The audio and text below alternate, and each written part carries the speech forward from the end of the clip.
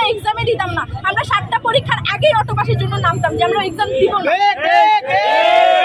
কিন্তু আমরা 7টা এক্সাম দিছি, দেওয়ার পরে বাংলাদেশে যে আন্দোলনটা হয়েছিল বৈষম্য বিরোধী আন্দোলন, সেটার জন্য তো আমরা না, আমরা সবাই তাদের সাথে যোগ দিচ্ছি, তাই না?